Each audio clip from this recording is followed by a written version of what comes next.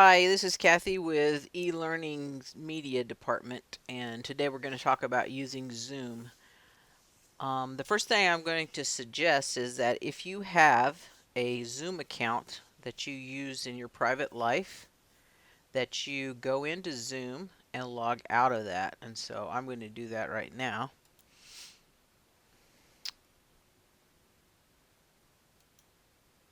Sign out.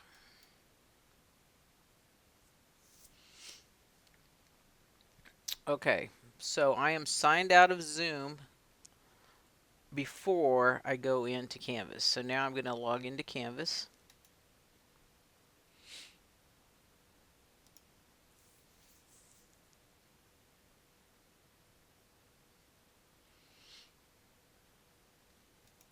And I am going to go to one of my accounts, or one of my courses. That is a sandbox course. Now, you see Zoom right here. If you don't see Zoom, you probably need to go to your settings and your navigation tab and make sure that Zoom is pulled up above this drag items line. So if it's down in here somewhere, you need to find it and drag it up above. You can put it anywhere in this list that you'd like to have it, and then make sure you save. Alright, having done that, now I'm going to click on the Zoom link.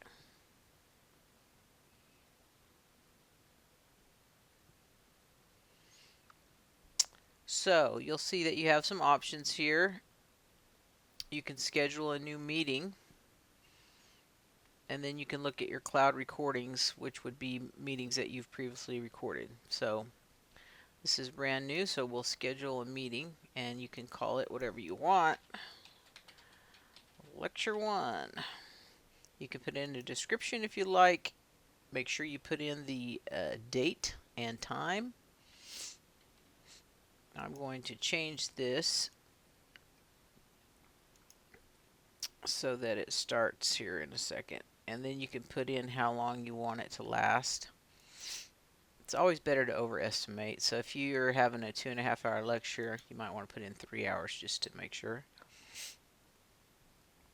You can make it recurring if it happens every week. You can make registration required, but this is going to be in Canvas where your students can see it. So there is a passcode, but again, if they enter through Canvas, that won't be an issue for them. You can make a waiting room where they will wait when they log in, and then you allow them into the meeting. And then you can decide whether you want their video on by default or your video on by default. Whether or not you want to join by telephone or computer audio, or allow them to do either. So I would leave that at the default of both. I would not enable them to join before you do, but I very likely would leave this mute participants upon entry in place. And then I think it's a good idea to record the meeting automatically, and if you do it in the cloud, it will automatically be placed in your My Media. So I would suggest to leave that in the cloud. Otherwise, if you do record it on your local computer, you're going to have to upload it to Canvas yourself. So it just creates extra work for you, and nobody wants that. And then if you have a teaching assistant, you can add an alternative host. So let's go ahead and save this meeting we've created. Okay, so I have saved this meeting, and you'll notice that I have the option now to delete the meeting, edit the meeting, or start the meeting. I also have down here at the bottom a opportunity, if I would like, to make a poll. So they even provide you with a comma separated value. That's what CSV stands for, a comma separated value template for you to download to create your poll. in, and then you can import it after you create it. So that's an option if you want to take a poll in your class, you can do that. All right, so I'm going to go ahead and start this meeting, even though it's not time yet. As the instructor, I have the rights, the privileges to do that. So you probably get something like this that pops up. You can click this always allow slcc.e or -edu.zoom.us to open. So hopefully that will get rid of this popping up every time.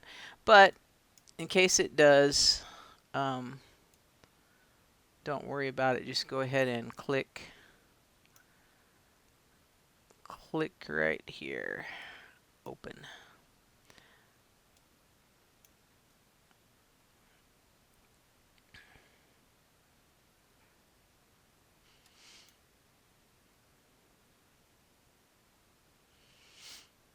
So I am using my microphone and I am in the meeting now.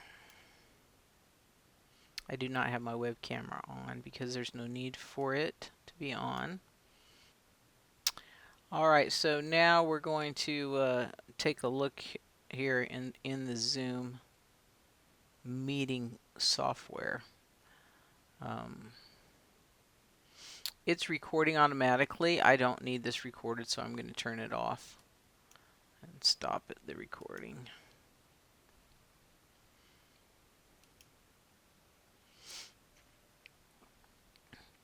Okay, I don't have my video camera on, so that's why you're only seeing my name up here. I could start the video if I want to, but there's no reason for my face to be on this tutorial. But let's look down here where it does say mute for your microphone. If you just click on the microphone, that mutes.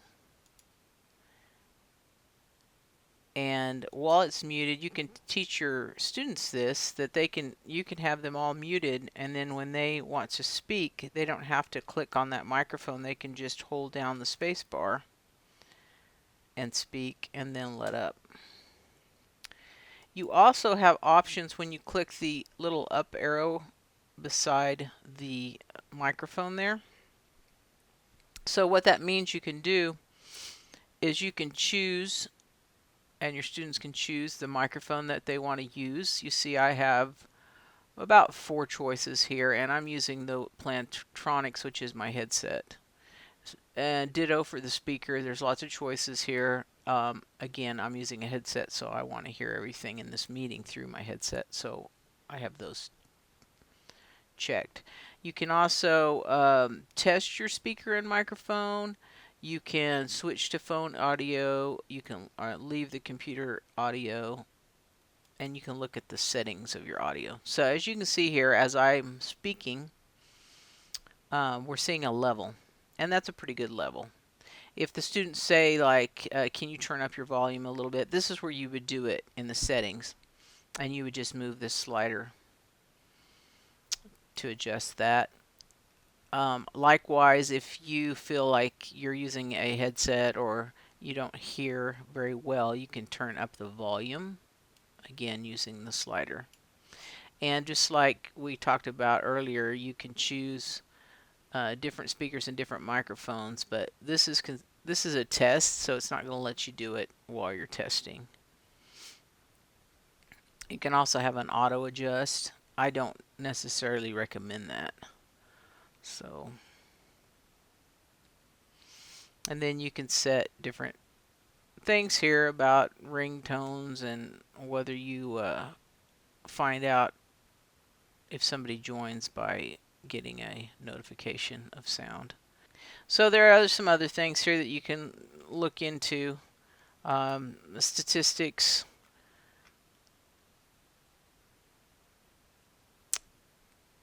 feedback to Zoom, keyboard shortcuts, accessibility. You can increase the size of your chat font. So these are just things that you can go through one at a time and look at. It's really user preference here. And again, with video, if you have more than one camera, you can choose that camera here. I have my Logitech webcam chosen by default. That's the one I like. Your students will have a lot of fun playing with the virtual backgrounds. So if they click on that, and I turned on my webcam, so you can, this little plus sign right here allows you to upload your own backgrounds. So you can do that. Sometimes it comes with a preset of backgrounds, but lately I've just had to upload my own. So I'm sure the students really enjoy that. And if they or you happen to have a green screen, you would check this. I don't. I'll show you what happens when you check it when you don't have a green screen behind you. It just takes out your background. Sometimes it makes it look strange too. And then there's video filters they can play with as well. You can put a frame around you and different things like that. So we'll turn that off. All right. So let's get out of this. And then going along to the right here, we have security. You can lock the meeting, enable the waiting room. You can hide people's profile pictures.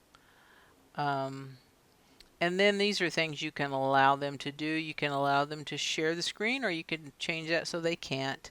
You can allow chat or not. Renaming themselves, I would suggest you leave that on unless it gets out of hand, just because sometimes they may log in. I know this happens to my husband and myself. We have a joint private account, and so lots of times if I'm using it by myself, I want to change it just to my name instead of having his and my name there. So that could happen to them. So I would I would leave that so that it's checked so they can rename. If you don't want them to be able to unmute themselves, you can uncheck this. And again, you just do this by clicking on it. It's a toggle. And then same for starting video. So now this next one is participants. If you click the up arrow beside it, you can invite. So if you click on invite, say that somebody didn't, say you have a colleague or a guest speaker that needs to get an invite. They are supposed to be in here now and they're not yet. You can go ahead right within the meeting and send them an email or copy the link and send that to them, however you may want to do that. So let's look at what it says when you copy the invite link. It says invite link has been copied to the clipboard. So that means it's on your clipboard. So on a PC, you can Control V to paste it into an email or a text message or whatever. And I believe on a Mac that is Command V. I'm not a Mac user, so I'm really just guessing. But if you are a Mac user, I'm sure you know that. So that's what that looks like in the invites. If you click on participants, where the people and the word there is, then you get a list. And of course, in this particular instance, I'm only in here by myself. So, but as the host, I could mute everyone at once if I want to. And I can answer a question of yes or no, and they could do that. So if I ask everybody, can you all hear me? They could all click on the yes if they hear. You can tell the host to go faster or go slower.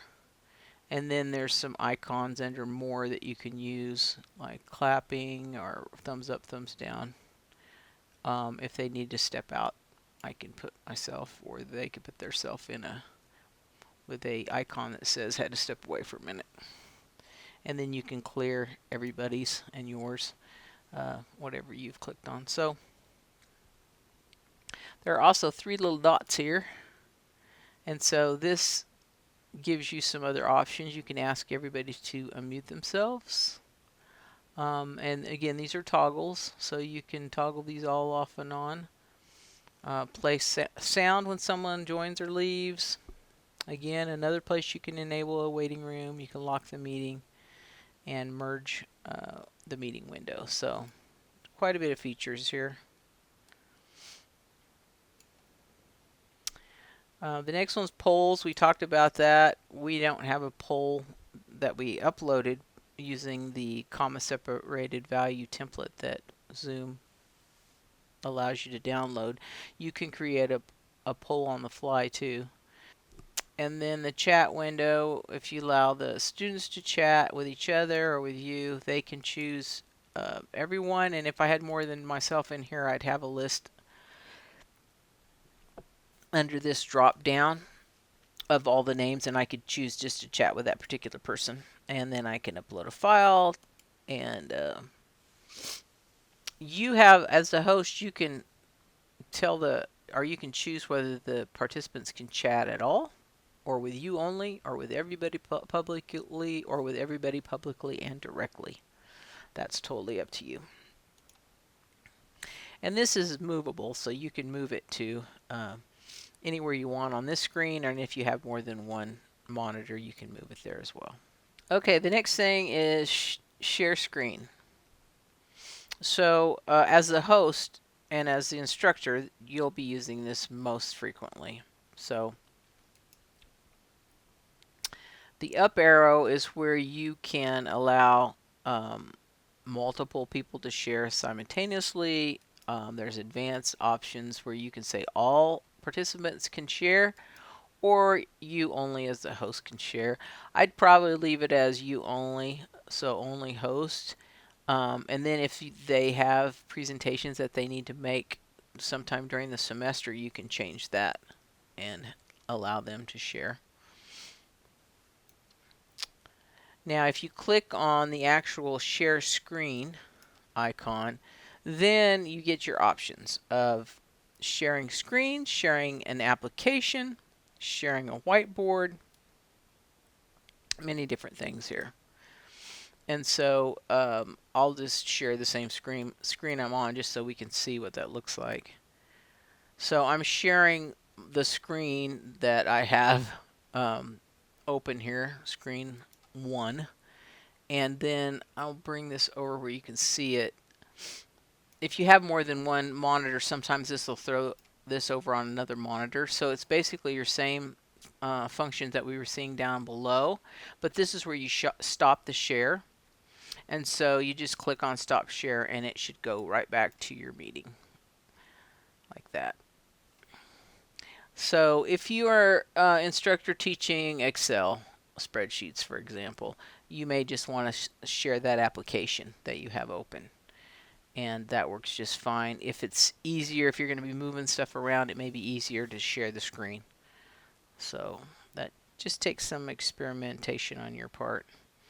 The next thing is the record button again, and as I mentioned, this was recording automatically. I stopped it. If you don't have it set up to record automatically, you can click on the record button, and then you can choose whether to record on this computer or to the cloud. Again, I suggest you record to the cloud because Zoom integrated in our Canvas will put this into your My Media, and then you can share it with your students and students who couldn't be there for that particular meeting. Maybe they were sick, maybe they had to work, or maybe they just need to review it because it's for a test. So I suggest using Record to the Cloud.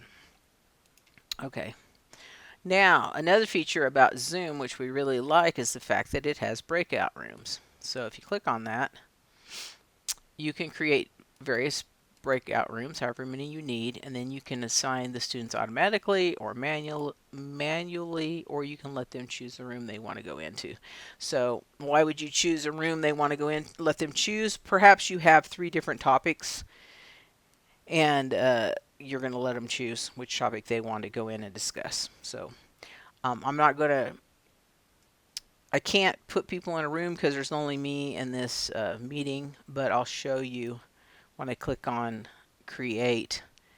what it looks like. And then you can rename these to whatever you want. So if it's a topic about, cats versus dogs, why I hate Brussels sprouts, or sunflowers are the most beautiful flowers in the world, something like that. So you could have, dogs versus cats, Brussels sprouts, and sunflowers as the names of your rooms, whatever. And then you use the assign.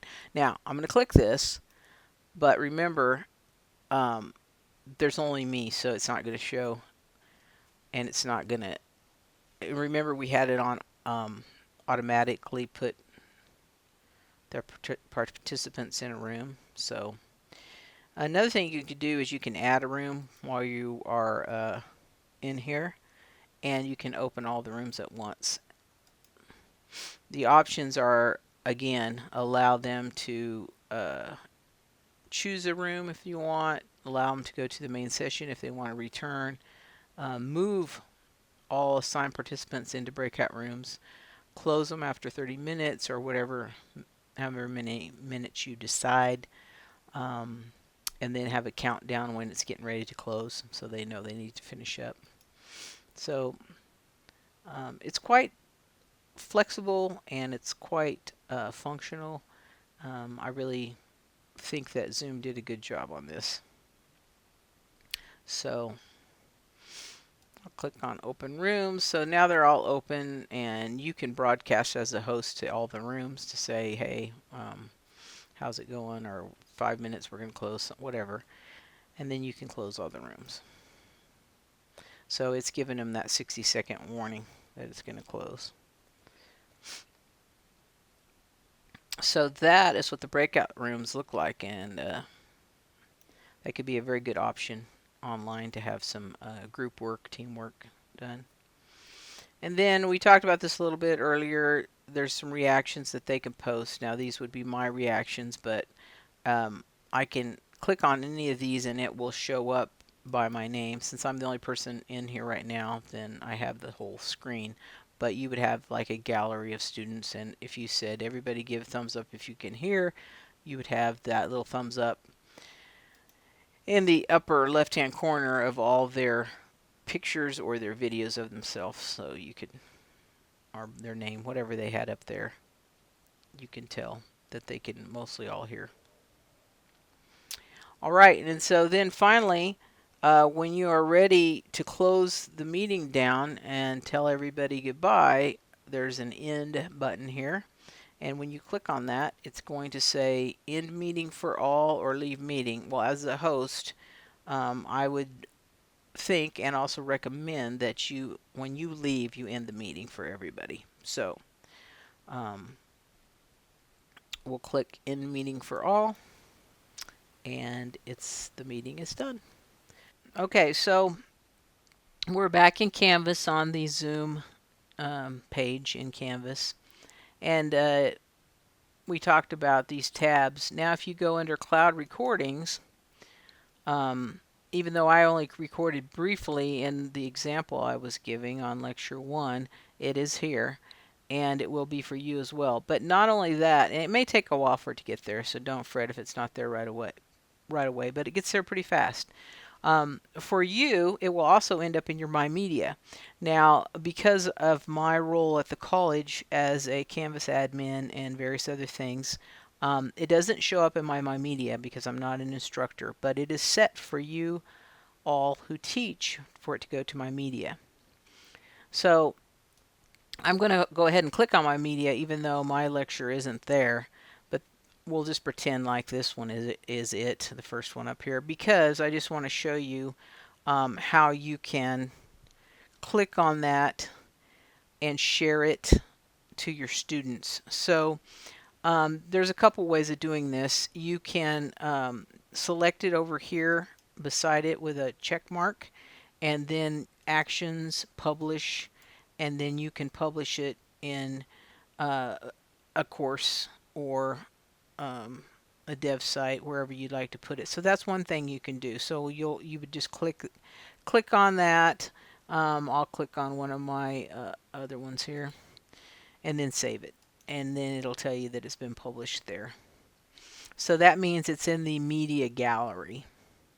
And that means if you have Media Gallery open in your navigation list for students, they can go there to see it. So that's one way you could do it, where they could view this video again. And then say you wanted to send out an announcement.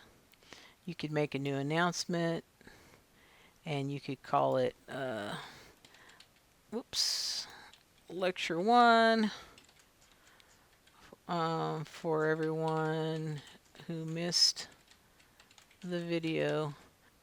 Look for your embed Kaltura Media, and then as this loads up, find the video. It'll be okay. Find the video, select it, and it will throw it in there. And so now it's in the announcement, and then you save the announcement, and all your students can see that announcement. So these are things that our e-learning instructional technologists would be happy to help you to do this if you have any issues or you need help. But that's how you can get this so that the students can see this video again or see it for the first time if they missed it. I clicked on Media Gallery here, and you can see it's here, and they can see any of these videos that are in the Media Gallery for that course. So that is how you share it after you've recorded it. So I hope this helps, and if you have any questions, then you can contact the help desk first, and then you can also contact e-learning through the support line.